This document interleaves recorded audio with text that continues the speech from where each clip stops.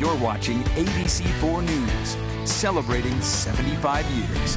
And welcome back. Teenagers on social media have been top of mind in Utah. Recently, a Utah representative announcing plans for a federal law that would ban social media for kids under 16, citing the negative mental health impacts. According to a Pew Research study from last year, half of teenagers in the United States say they have been bullied online.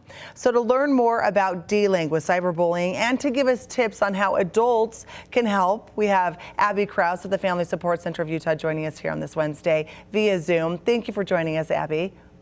Thanks for having me. All right, such an important topic. We could go on for minutes and minutes and minutes about this. But first off, what are just some examples of cyberbullying, Abby? Yeah, so some of the examples and what kind of people lay out as the 6 behaviors can be offensive name calling, spreading false rumors. This can be somebody receiving explicit images that they didn't ask for.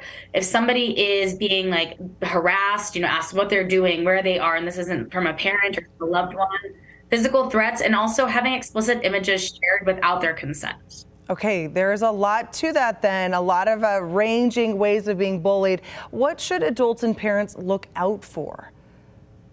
Well, I think one thing to look out for is a lot of the ways that this is affecting teens, right? They're going to feel embarrassed, hurt, fear for safety, blame themselves, and isolate. So I think some things for parents to really look out for and be aware of is maybe they're spending more or less time online, right? Are kids being more emotionally agitated when they get off the internet? Do you notice them more anxious, kind of socially isolating, or not wanting to participate in events like they used to, being more moody or withdrawn and depressed? Okay, these are really good indicators. This is a hard topic too, though, because you want your teenager to feel like they have their autonomy in a way. But how can adults and parents really help someone who's being bullied online? Like, how can we, as you said, limit time on social media, or what's your advice there? Well, I think the best thing that we can do is we absolutely want to build trust with our kids and our teenagers, right? I think a way to do that is to talk with them regularly just about the online issues.